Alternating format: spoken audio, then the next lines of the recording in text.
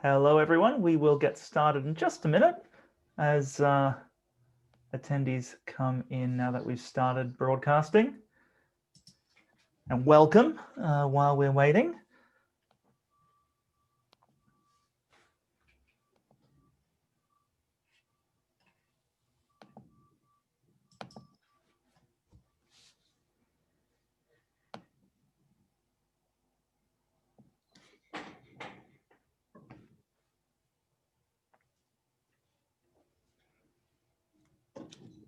Okay, let's begin. Good afternoon from the UK and hello to you wherever you happen to be in the world and whatever your time zone might be. Thanks for joining me today. For those of you who don't know me, I'm Professor Andrew Stephen, the Associate Dean of Research here at the Saïd Business School and the L'Oreal Professor of Marketing. This webinar is one in a series of webinars we've started which we're calling the Oxford Digital Leaders Network. And I want to welcome back members of the ODLN to this broadcast, but also welcome members of our broader Oxford Business Alumni who've been invited to join us today as well. So thanks to all of you for taking some time out of the day to join in what I'm sure will be a fascinating and interesting practical and also thought-provoking discussion around responsible human-centric AI for business. So before we get into that topic, though, just a couple of things I wanted to say before we get started. Our panelists are going to be, and you should be able to see them on your screen there as well, Natalia Efremova, who's a Teradata Research Fellow in Marketing and AI here at Oxford Saïd, works with a number of us in the marketing group in particular, and has a background and a PhD in computer science and is a real expert in thinking about business applications of AI and sort of the scientific limits, if you will, of these technologies. We're also joined by Sophie Peresson, who's the Director of Innovation for All at the International Chamber of Commerce, and Dr. Felipe Thomaz, who's an Associate Professor of Marketing here at Oxford Saïd. And all three of our panelists today, and myself as well, so all four of us have thought a lot about and continue to work a lot on all sorts of concepts related to AI in business, and attacking it, I guess, from both technical angles, practical business application angles, and certainly also policy, governance, and regulation angles. So among the four of us, I think we'll be able to cover quite a lot of ground in today's conversation. And once we get into the conversation, I ask you, our audience, to please feel free to put questions into the Q&A box, and I'll be moderating the discussion and keeping an eye on that throughout. And we'll definitely be able to get to as many questions as possible as they arise throughout the discussion. But before I invite our panelists to kick off with a few preliminary remarks, just wanted to flag a couple of things. First of all, I want to invite you to join the Oxford Digital Leaders Network, the ODLN, on LinkedIn. It's a private LinkedIn group. All of you on the webinar today are welcome to join that. You can see the link there on the screen, and also the watermark on my video feed here. So please do feel free to join us there. That's where we'll be posting not only recordings of these sorts of sessions, but also relevant white papers, research reports, articles, and so on that come out of the Saïd Business School and our faculty who are working on AI in various shapes and forms pretty much across the entire school. And this is one of our big priorities. So that's a place, sort of a hub that you can go and also share with that community who are all Oxford Saïd affiliated individuals. The other thing I will mention, just as an invite to all of you, is for those of you interested in marketing and advertising and media, we're hosting our annual Oxford Future of Marketing Symposium later this month, Friday the 20th of November, 2:30 to 5:30 p.m. GMT. It's obviously going to be online, and so that means you're all welcome to join. There's the link there to sign up, to register. You have to register for this one, but it's free. And over the course of that afternoon, you'll be hearing from the likes of myself and Felipe and Natalia, my colleagues, among my colleagues at Said, but also executives from a number of our Future of Marketing partners that you can see also listed there on the slide. So very much an industry-focused, practical mini conference that you are certainly welcome to join. And also please feel free to pass that on to any colleagues or team members in your professional network that you think would find it relevant and interesting. So that's, I guess, the advertisements out of the way. Now I want to get into the focus of our conversation today, which is with Natalia, Sophie, and Felipe, and myself talking about responsible human-centric AI for business. So let's get started. And I think to kick it off, it's probably worth first of all thinking about what is AI, or how should we be thinking about AI before we even think about what responsible and human-centric AI means. And so Natalia, I'm going to ask you that question as our resident computer scientist, if you don't mind starting this off with an explanation of what we mean by AI. Sure, I would love to. Thank you very much, Andrew, for introduction, and thank you everyone for joining us today. It's really great to see everyone. So the concept of AI is somewhat fluid. It tends to change over time and between industries. So there is no strict definition that we can refer to, unfortunately. It will be very different if you are in industry, if you are in academia, or if you're actually studying AI. So in general, AI is sort of umbrella term. It has to do with machine learning, all the concepts in machine learning, such as supervised learning, unsupervised learning, reinforcement learning, all the tools that have been recently developed to help in industrial applications and in academic research. On the one hand, so this is from a standpoint of academia. From an industry standpoint, it can slightly vary depending on where you are.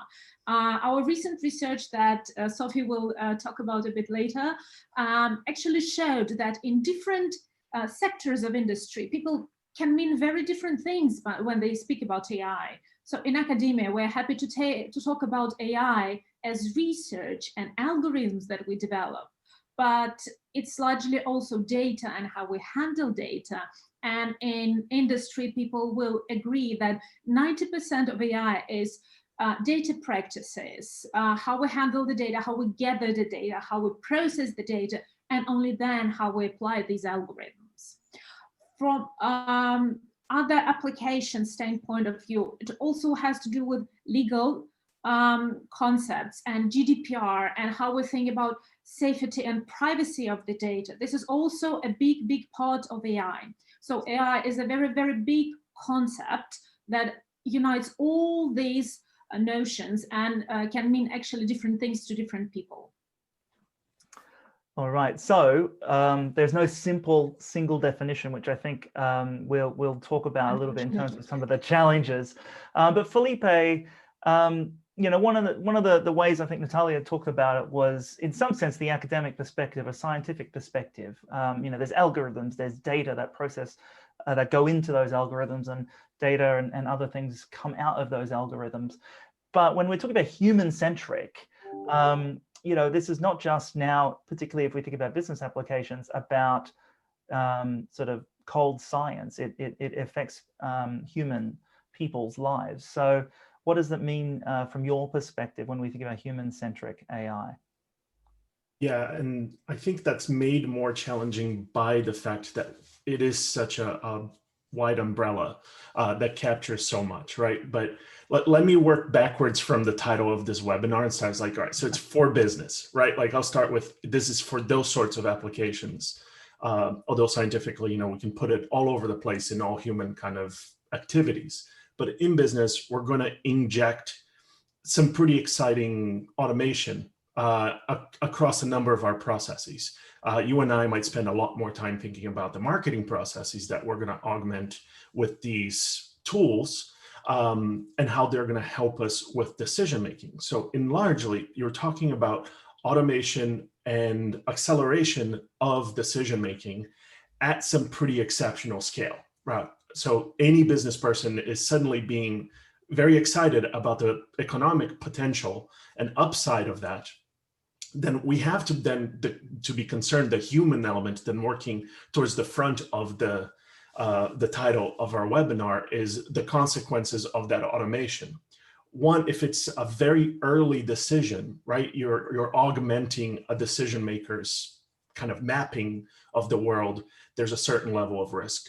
When you're automating a decision that immediately touches the consumer or an end user, somebody that has no power whatsoever to affect the decision making, they're just suffering the consequences of that automation of AI, that's where you're suddenly going to find a lot of risk.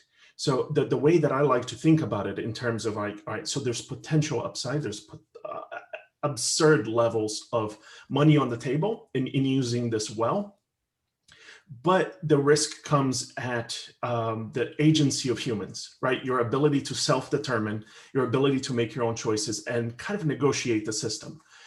We are removing some aspect of that, and it opens the doors. We'll get a lot more into it, but it opens the doors for errors to then propagate at that scale and speed that you're using for the money-making aspect, and it can get out of hand really fast. So the human-centric, I think, for me, is one that has that awareness of the human consequence, and it has some sort of plan to mitigate that aspect. Okay. A lot there, which we'll come back to, but Sophie, I want to come to you for your perspective on this, but I guess also there's perhaps more of a policy aspect to this as well that I know you and colleagues at the ICC and OECD and other organizations have been thinking about. So perhaps you can enlighten us a little bit on that front too, please. Sure. Thank you so much, Andre, and thank you for the invitation. I'm delighted to be here with you this afternoon. So very quickly, for those of you who don't know the International Chamber of Commerce, we are a trade association. We turned 100 years old last year. We represent 45 million businesses across the world, North and South, multinationals, SMEs, even MSMEs. We've been working with them more during this COVID pandemic. And as we like to say, we do represent the voice of business. Obviously, AI is close to my heart, given that I oversee the innovation department, which includes new technologies and AI in particular. And the way we look at AI is that indeed it does come with lots of opportunities and challenges, transforming all sectors of the economy, creating new opportunities for productivity, gains, and economic growth. Profoundly changing the R&D life cycle, which I think is quite significant at the moment if we're thinking about the R&D cycle for COVID-19 in terms of the vaccine rollout. But as with any type of transformative technology, it does create new challenges for society, especially in terms of human agency, transparency, and inclusivity. So what has been the ICC response to AI, and how would we like to be part of the discussion? Well, we'd like to put together, and that's what we've been doing with you and your colleagues, put together a foundational paper on human-centric and trustworthy AI.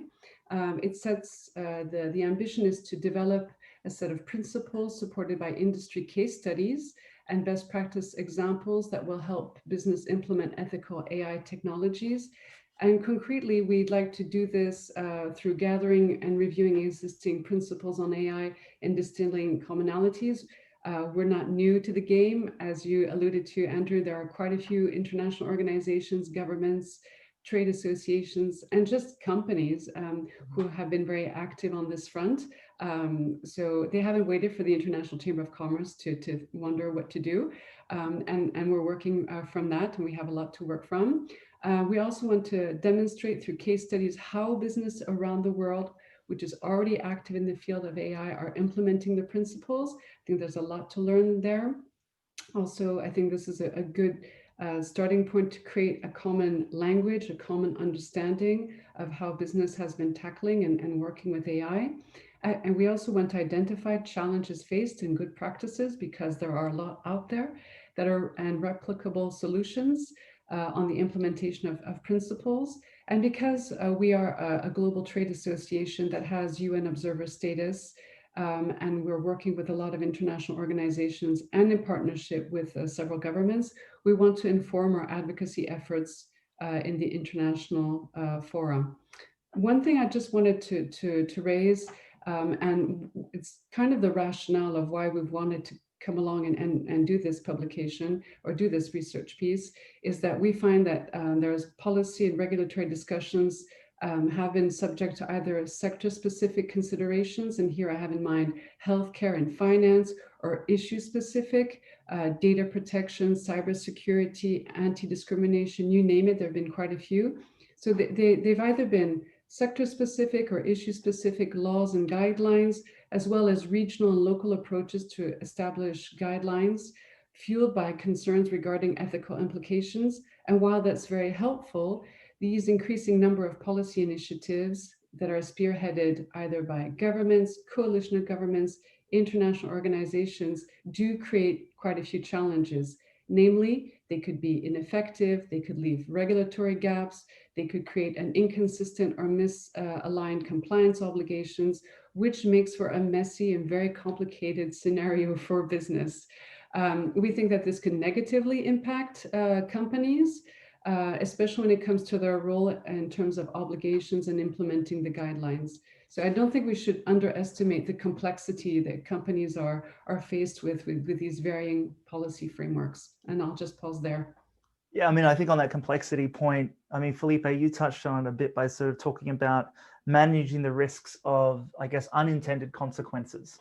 And you particularly were sort of focused on automation, but then Natalia, you also talked about sort of there's lots of different ways we can think about AI and lots of different applications, you know, and I think automation is definitely one of those areas where we can therefore scale things up, and you could have a lot of efficiency coming out of that. But I think that's also where things could certainly go wrong on the output side. But kind of want to come back a little bit to what you were talking about, Sophie, and maybe Natalia, I'll ask you to share with us some of the research findings on this, because as part of this project, and as Sophie mentioned, we here at Oxford Said and have joined up with the ICC to collaborate on really coming up with a set of guiding principles, if you will, for trustworthy, transparent, fair, human-centric and responsible AI applications for business.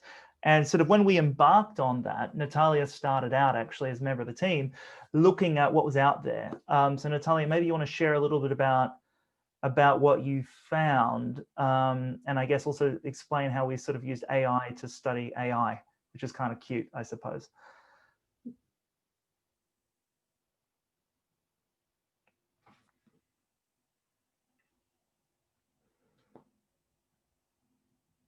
I think Natalia's got an audio. Sorry, there we go. I lost my mute button. Sorry for that. So yes, that's a very interesting finding that we have done. Well, first about the process of it. So what we have done, we have analyzed two types of texts and sources of text. First, we have looked at the industry papers published by large companies and organizations, which has to do something with AI and regulating AI and how to apply AI and what policies we should apply to AI applications in businesses. So it was quite a large corpus of documents that we have gathered through, I think, over 50 different sources.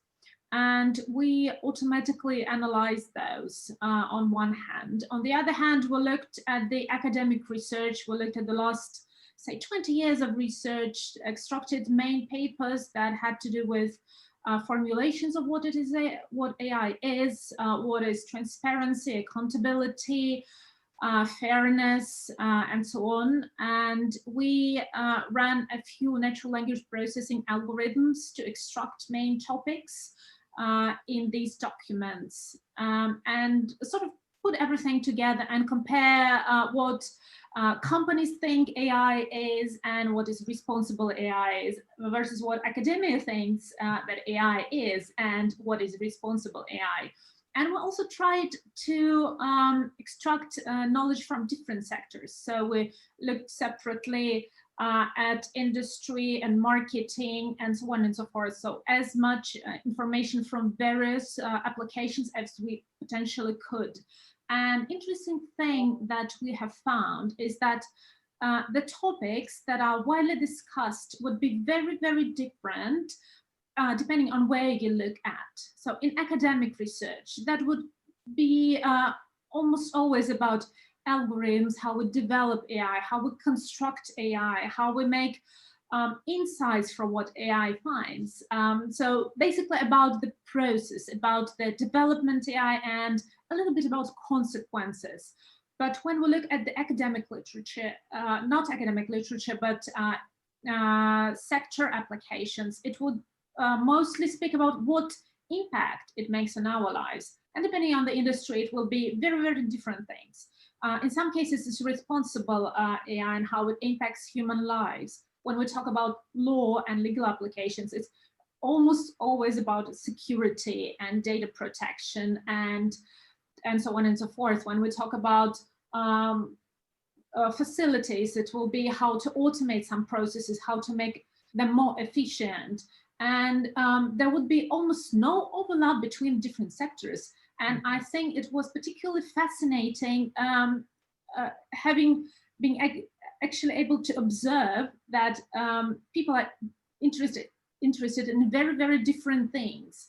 And finally, we looked at news sources, and we have also found out that depending on the sector, it is very, very different thing that people like to talk about and what they worry about. And here we would have to do a lot with privacy concerns and dangers that AI impose and the consequences for society and for individuals. And also the fact that we need to regulate it and we need to describe it. So I think that was our main finding, that people disagree and there are a lot to address in all the domains. Yeah, and I guess I think it's, so what we're hearing so far from all of us, I guess, is that there's probably not a one-size-fits-all approach, but at the same time, because of, say, to Felipe's point about risks of adverse consequences and you know, impactful negative consequences for humans, plus also what you were talking about, Sophie, in terms of the need, though, to have some, maybe not a really strict standardized approach here, but you know, I kind of think of it almost like, well, we do, you know, let's suppose we've got a highway, we do need to kind of mark the lanes. We do need to put some, you know, guardrails on the side. We can't just sort of have a completely open road that everyone just goes crazy on. So I think there's a sense of we need a foundational set of principles to help us grapple with, I would argue, an ever, you know, increasingly sort of complex environment here as the technology keeps evolving. And it's obviously a very global thing. It's obviously a multi-sector thing, and so on. So we're talking about actually a really complex problem here. Let's now bring it, though, kind of down to earth, I suppose, and think about some tangible examples. And maybe, Felipe, I'll pick on you first if you've got some, maybe an example or two to share where you think there's been a good sort of, you know, responsible, human-centric, etc. application of AI in a business environment, so we could sort of have a sense of what we're talking about here in, I guess, real terms. Yeah, absolutely. So there's, I'll pick on two examples, one more from our research and one from conversation, actually, that even came to the fore yesterday. And on the research and tangible application, actually, Natalia helped me with this.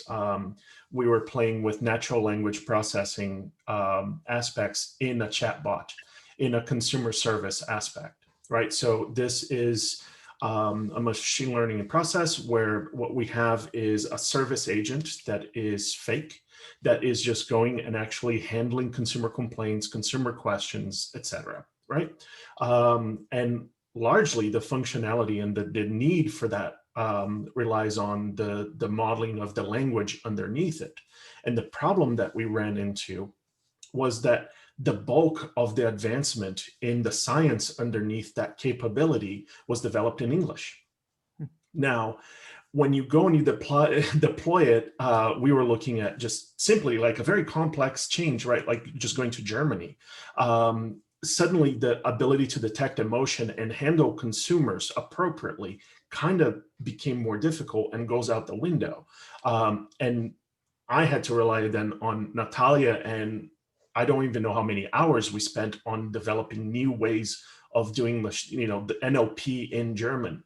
But then it just pointed to a specific issue. If you're developing this and you have different turn of phrases and languages within your same domain, your same area, where maybe some part of your customer base is actually relying on an algorithm that is essentially coded for their language, and another set, and the data underneath it is going through a second processing, like a multi-language model that essentially translates it to English before it gets responded.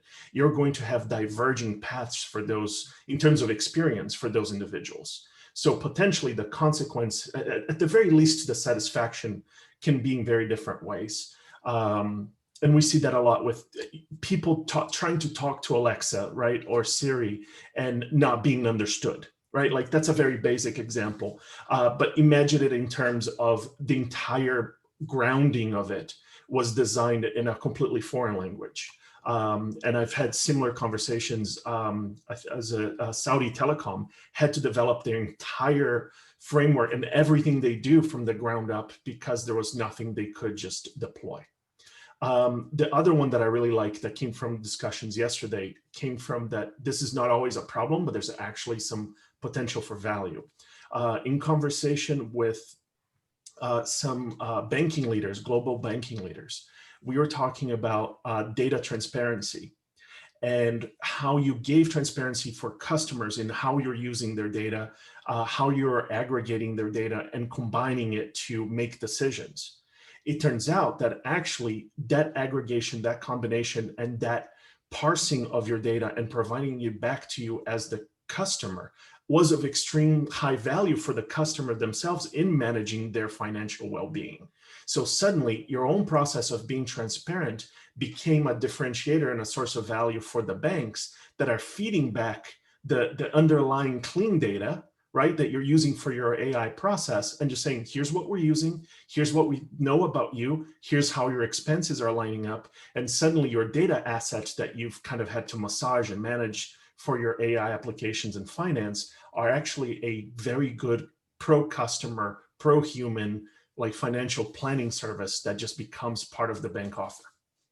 So I'll give you another example actually about financial services, because I think it's just as a counterpoint to that where sometimes it can go awry. Because I think if we're trying to think about responsible and good uses of AI in business, we should probably think about where, those risks come true, so to speak, as you talked about, Felipe. And it's actually in sort of what machine learning, I guess we call feature engineering, where it's not just looking at, say, one signal in say, a customer's credit card transaction data, but it's kind of looking at an amalgamation of multiple pieces of data and inferring something from that, and then using that, let's say, for sort of a decisioning algorithm on whether or not to give someone a mortgage, things like that. Now, this is a regulated, depending on the country, I should say, a regulated industry, and regulated in the sense of how these decisions get made. But that lack of explainability sometimes in how a more sophisticated neural network, for example, would sort of pull together seemingly irrelevant, unrelated features or variables in data sets, and then sort of mash them together to develop just a better prediction of someone's likelihood of defaulting on a mortgage, let's say, can ultimately cause some problems. And part of that becomes the training data set. So, I'm sure many of you are familiar with all sorts of examples that we see in the press from time to time about, algorithmic bias, where, people don't program these algorithms to, for example, be racist or sexist or biased in some other meaningful way, but they happen to get out of control and become like that in terms of the outputs. And this is a big issue in financial services, where they are trying to automate a lot of these decisions, trying to bring in more data, use their data assets, use their resources, to improve the sort of the underpinning business model, the risk model of a business proposition. But then you run the risk of actually not knowing kind of, I think about it as sort of like you're baking a cake, it tastes really good or it tastes disgusting, but you don't know what ingredients really went into it and how they reacted with each other. And it's not that easy to kind of then, obviously unbake the cake. So I think this becomes a practical challenge for businesses. And you can see lots of examples in many industries, but financial services is one of them where that doesn't work out so well. But people are, smart people are working on these things. I wanted to come now, though, to a question that James Crocker had posted, because I was going to come to you, Sophie, and ask you about sort of regulation and privacy and sort of a more global perspective as well. So I think it fits nicely. I mean, James is asking, how do we see the global growth of privacy regulation affecting the value of AI for marketing? But I think there's a broader point there that maybe we can start with, just around the global aspect, because Felipe, your example before about the language and the difficulties of moving outside of English or in natural language processing is probably not an uncommon problem in lots of different ways, whether we're talking about language or we're talking about other differences between people, in different parts of the world. So Sophie, given that you're, representing a very global international organization, I'm just wondering what your thoughts are on sort of the rollout of AI and related technologies around the world, and how sort of a more Western English-centric perspective might actually be problematic in certain parts of the world. That's a really easy question. We're just dealing with the easiest topics in the world today. Okay, did we come to a really easy start? Thank you for that. No, all kidding aside. Actually, I think the timing is really interesting because, Andrew, you and I saw each other not long ago because we took part in a roundtable. You kindly agreed to take part in a roundtable event that we organized last Friday with UNESCO. Because for those of you who don't know, UNESCO is just picking up the very easy challenge of rolling out recommendations on the ethical use of AI at the global scale. So I think that this is a really interesting initiative, a timely initiative, because as I was complaining not long ago, there is a plethora of different initiatives and all of them are valid. It's really not up to me or ICC to judge or to rate them. They've all, their genesis and their rationale is different, and they've attempted to address challenges, regional or local challenges, and that's fine. Here, UNESCO has a very ambitious perspective of wanting to have this global language, if I can put it that way. They've brought together all of their member states, including states that have withdrawn from UNESCO, but they're still engaging with them, brought them along, brought in AI experts, carved out this recommendation that's gone through quite a few iterations now. And last Friday, we had this first roundtable where indeed UNESCO is putting this language back out to the community, to global society, and asking, namely, business, what do you think? How does this actually work for you? What are the issues around the language, the implementation? What is missing from a business perspective? How can you help us further refine and make these recommendations more granular, given the experience that you have, the case studies that you can share with us? And so I think it's the timeline is I think relatively ambitious, given what they're trying to do. Ultimately, these recommendations are meant to be adopted by member states next year in November 2021. That feels like a long time away, but I think given the how ambitious what they're trying to do is, I think that's what is needed. We at the International Chamber of Commerce are partnering with UNESCO to do this because we think it's just a very good opportunity, first of all, to reach out to national committees. So we are a trade association and our members are basically trade associations. You have the Chamber of Commerce in the UK, in France, in Italy, all over the world. and these are who we represent. And their membership are basically local, national, international organizations. And with this exercise comes an opportunity for us, which we see as being really important. And it's a bit akin to what's happening today, perhaps, and that's around capacity building. That's about rolling out some information about what you've asked Natalia. First of all, what is AI? Let's understand this. Let's understand what the jargon is. Let's create this common knowledge that I was talking about at the beginning of our webinar today. And I think that's going to be really critical. I think it's also going to be critical to have a relatively flexible framework. As you were saying, Andrew, we do need a little bit of guidance when we go out onto that road so that we don't kill one another. If we make it very rigid, that could stifle innovation. Given that regulation is always behind innovation, that could also we could be regulating things or attempting to regulate things we are not even aware of yet. And as Felipe has very eloquently put, there are quite a few unintended consequences that we're just starting to identify. So I think, you know, I don't want to point to UNESCO as being the only avenue, the only opportunity to work on this, but I think it's an interesting one that's very topical, and certainly among those that we're working with. We obviously partner with the OECD and with the European Union, and I think just any major stakeholder is a stakeholder that we want to engage with, because ultimately we have to find a multi-stakeholder approach that allows the regulators to talk to the developers and to talk to the companies that are implementing, and also bringing on board the consumers, because I think that feedback loop is really critical, and one that we are absolutely committed to bringing into the discussions. Yeah, I think, I mean, I want to talk about actually the question that James posted about advertising and marketing specifically with regulation, but actually just that consumer feedback loop aspect, I think, is really, really important. And maybe sort of, now that you mention it, underplayed a bit when we think about this. Not just say from a, you know, the algorithms need to learn, but I think for businesses to actually get feedback. I mean, actually, Felipe, you talked about chatbots. Well, I was having fun yesterday morning with a banking chatbot because they'd paid my credit card twice instead of once, which is never a fun thing to wake up to. And, you know, other than sort of the, you know, how satisfied were you with this chat experience?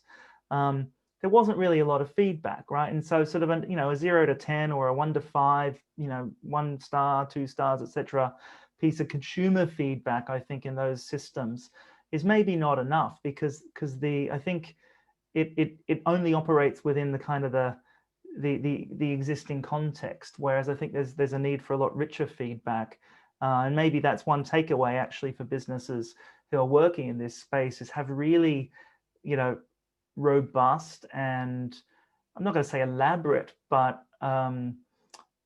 you know, I think maybe robust is the right word, systems for getting feedback from your customers when they're interacting with these systems, whether they're sort of consumer facing like a chatbot, or you know, it just so happens that the decision on something, you know, was made by an algorithm, and to see how that played out for the customer, because I think there's a lot to be learned there by listening to. If we want to be human-centric, then I think we probably need to listen to the humans.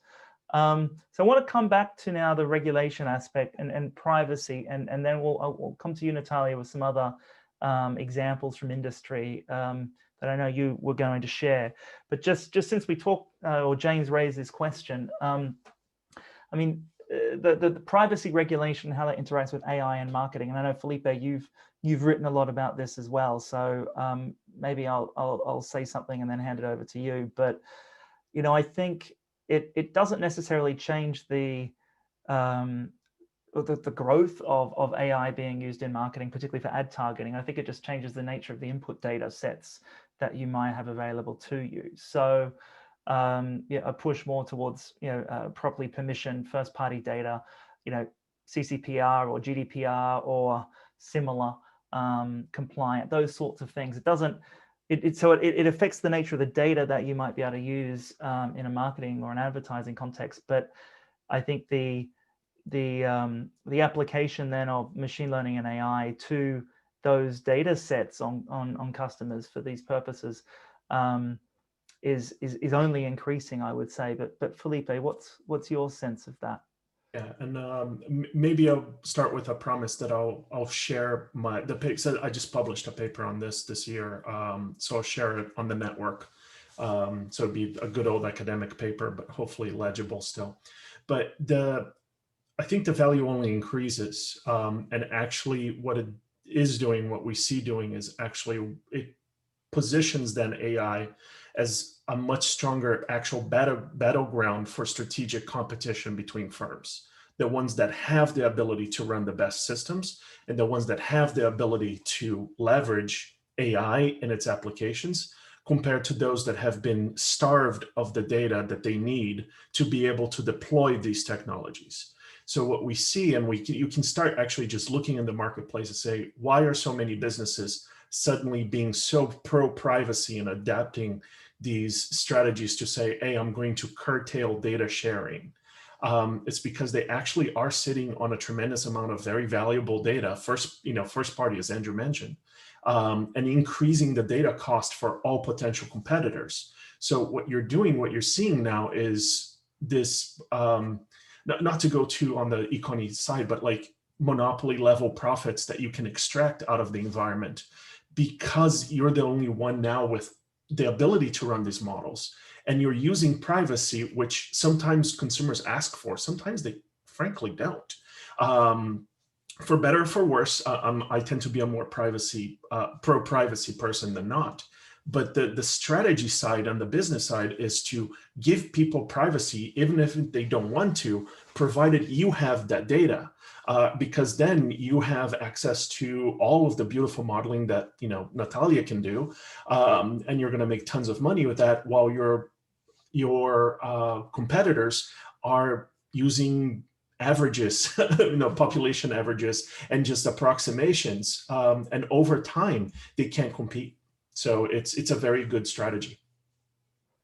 And I mean, I think that plays out actually to give you an example, which is actually what someone had mentioned in the Q&A, which we'll come to in more detail soon, but about high frequency trading, right? So that is all about taking advantage of even basically a minuscule data and time advantage to make gains in trading, and we see that sort of the norm in the financial markets. So I think there is a competitive advantage to be had by thinking about more unique or sophisticated ways to use data that is uniquely your data, or data that you're gathering appropriately from your customers, and not necessarily data that's just out there for everybody.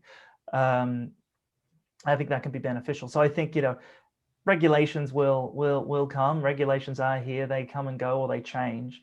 But I think the uses of these technologies from an analytics standpoint, if nothing else, is only increasingly sophisticated. On that note, Natalia, I want to ask you if you've got some examples you want to share of either good, responsible, or less so applications of AI in business. Well, I want to give two examples here. Well, first, probably I will start with less responsible use of AI, let's call it like this, but it all comes down to GDPR regulations. So I work with companies in different countries and respectively different GDPR regulations. And it's very easy to see the consequence of these regulations on small and medium businesses. Let's not touch large organizations or academia. And we see a huge discrepancy here between the countries that we, in which GDPR regulations are more strict versus the countries where it's more relaxed. And the reason, as Andrew mentioned, is that you cannot get enough data if you have these regulations on place and you don't have access to people or to capital. And for example, if you're working in such fields as face and motion recognition or even eye tracking. Imagine you are a very, very small business and you're running your small research and you want to collect data from eye tracking. It's much easier to do in countries where users are more happier to participate in an experiment for a small fee, and they don't have to go through very lengthy contracts that need to be signed, and the data has to have certain hardware to be stored, and so on and so forth. So you will have much more research in big companies, and the outcomes for the small and medium businesses as well. We're not doing good research, we're not doing very well, and the gap between different types of businesses is growing. And another case is when we look at things like large-scale eye tracking. For example, you can do only lab experiments if you want to do it when you comply with GDPR. Whereas in countries with less strict regulations, you just can run an app and gather all the data you need. And somewhere you don't even have to declare it. And many organizations use this, the fact that you don't have to declare these things, and do a lot of research for best or for worst. We really don't know. It's not very well studied yet, and that's why research that Felipe is doing is so important, that we can actually track the consequences and understand how it's applied to different businesses. So another case that we can talk about is like natural language processing applications and chatbots, and for example, Twitter sentiment analysis. If we do have too many regulations, we cannot do much. We cannot easily download the data. We cannot easily process the data. We cannot get as good insights. We have less material to study, and it just really slows things down. So there are good things and bad things. And I personally believe that privacy and regulations is a very good thing. In terms, it slows progress a bit, but on the other hand, it allows us to do research correctly, like kind of more in a more supervised way. Which is a good thing. I want to come to a question that, and I know we're almost out of time, but there was an interesting question from Paul, which is, how will interactions with AI change human behavior in response, both that of consumers and corporate executives?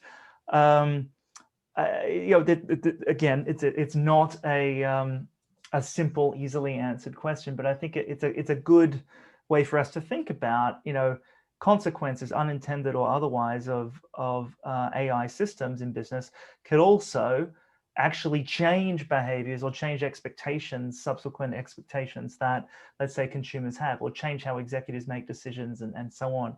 I don't know, so where we would start with this one, but maybe Felipe, if I come to you first and then Sophie second, for any sort of quick thoughts on the behavior change aspect.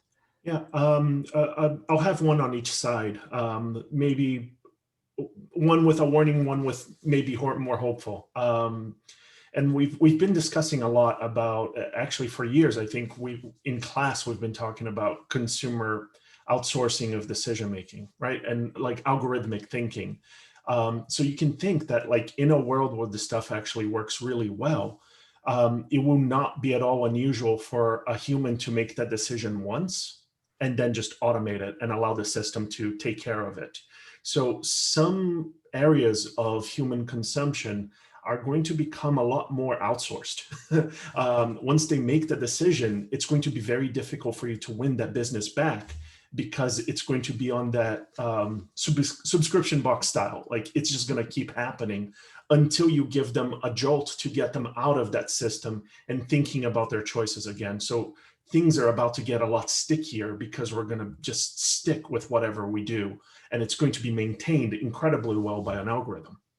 That's on the consumption side. On the leadership side, one of the issues that I normally see, and this is not an attack, this is a human condition, but one of the things that I see very often teaching MBAs and just teaching executives and so on, eventually we get overwhelmed by the dimensions of the problems that we deal with. And we try to go for something some heuristics or sufficiency, right? Like, I have thought about this enough. There's enough links to this chain that maybe this is already, like, I don't want to think about this anymore. Let's make a decision. I think these systems will help us to map our reality a bit better because they're not overwhelmed by complexity. They are going to potentially present us with better understanding of the world. When we talk about ethics and we talk about responsible use of the technology, one of the advantages might be that it's so hard to think about all of the possible consequences.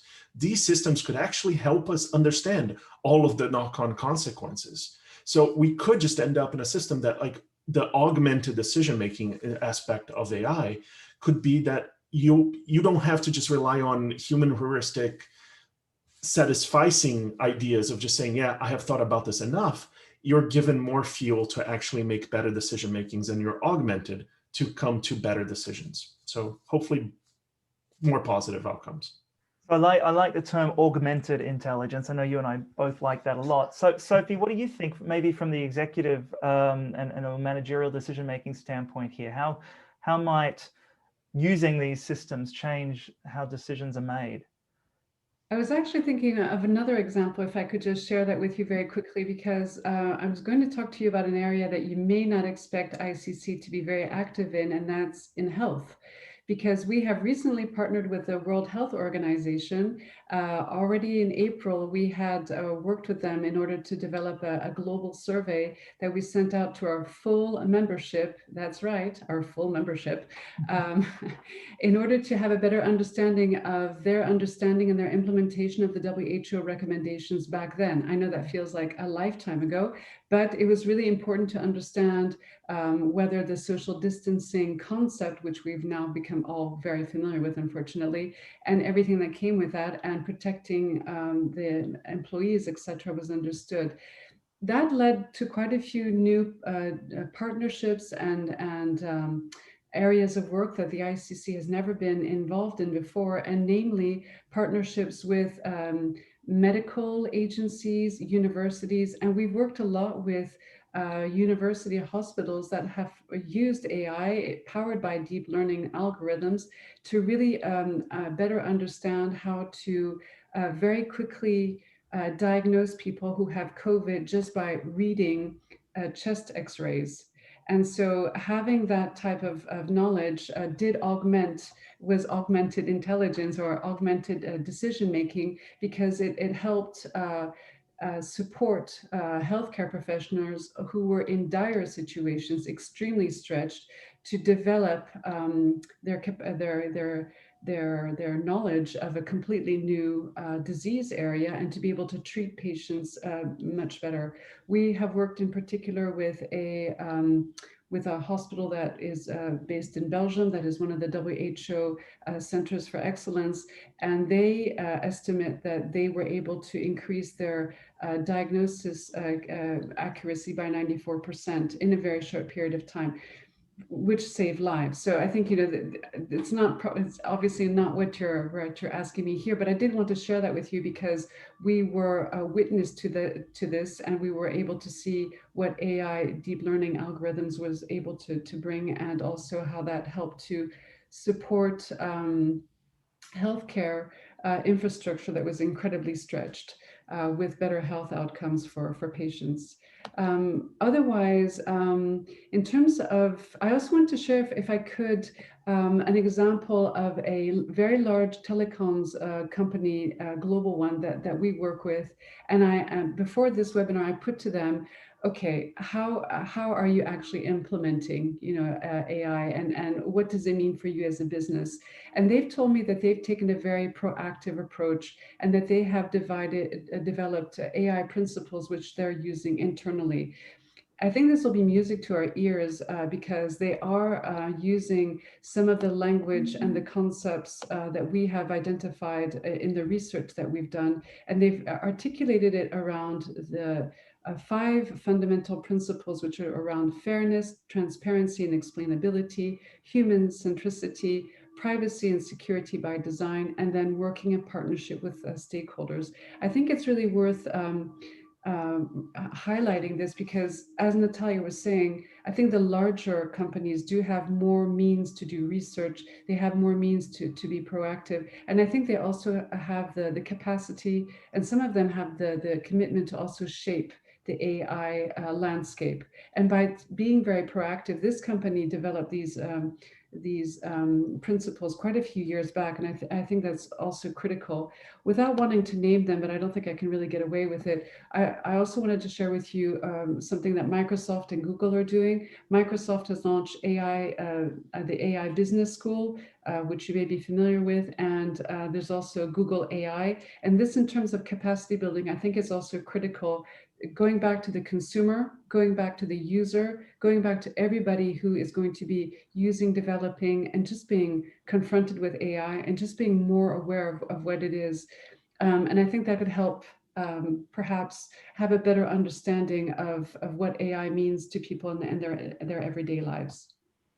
Yeah, I mean, and on that point of capacity building, I think it's a skills thing too, which we could have a whole other webinar on. But I think, we're seeing corporations like Microsoft and Google, essentially launching, academies or training programs, or providing a lot of content to help people upskill themselves. And of course, you see the likes of ourselves, business schools, and we've got an open program on AI, and we've just announced, which will start in February, a year-long part-time executive diploma, so an actual Oxford degree on AI for business.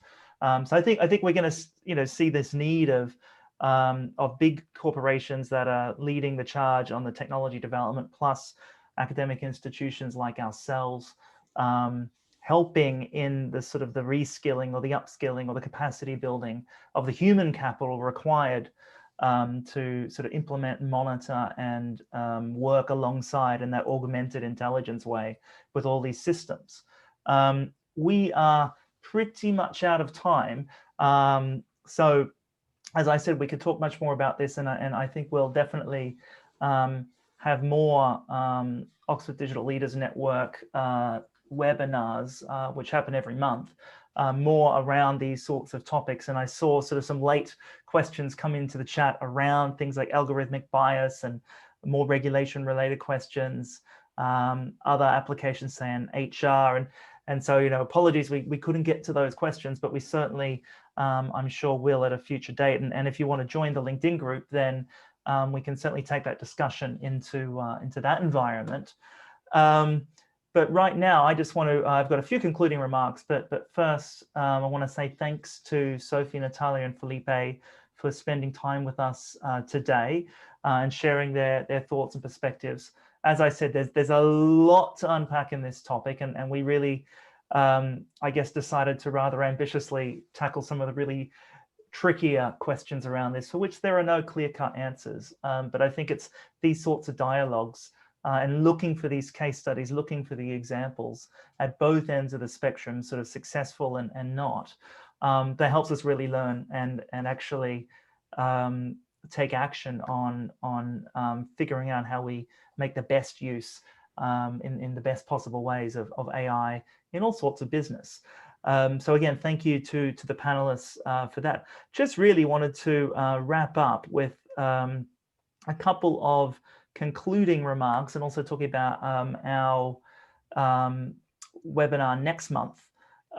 So next month, we're going to look at another very important and not easy topic, starting to be a theme for this series, diversity, equity, and inclusion, and thinking about that in terms of what the digital leaders need to know. So not only some of, I guess, the more commonly accepted principles about the value and importance of diverse teams and perspectives, but thinking about that maybe also in the context of things like algorithmic bias, thinking about that in the context of HR. Some of the questions that actually popped up that we didn't get to today, I think will definitely come up next month. So that's on Tuesday, the 1st of December, 3 p.m. to 4 p.m. GMT, and I'll be joined by Dr. Rhonda Hattie, who is an associate professor of marketing with us at Oxford Said and an expert on consumer psychology, but also just as of yesterday was announced, she's the school's first ever Associate Dean for Diversity and Inclusion.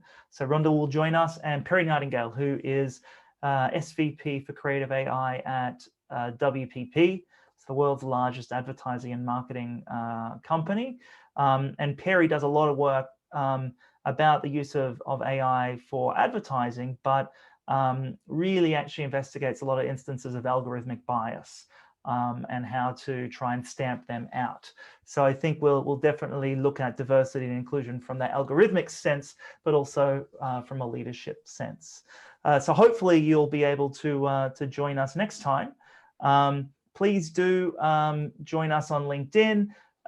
If you're having any troubles with accessing the LinkedIn page, then just reach out to me or a member of the Oxford team in Exec Ed or Alumni, and we'll point you in the right direction. And as I said, that's where you can find not only recordings of these sessions, but other relevant conversations and pieces of content, research reports, and so on, related to sort of leadership in a digital business era.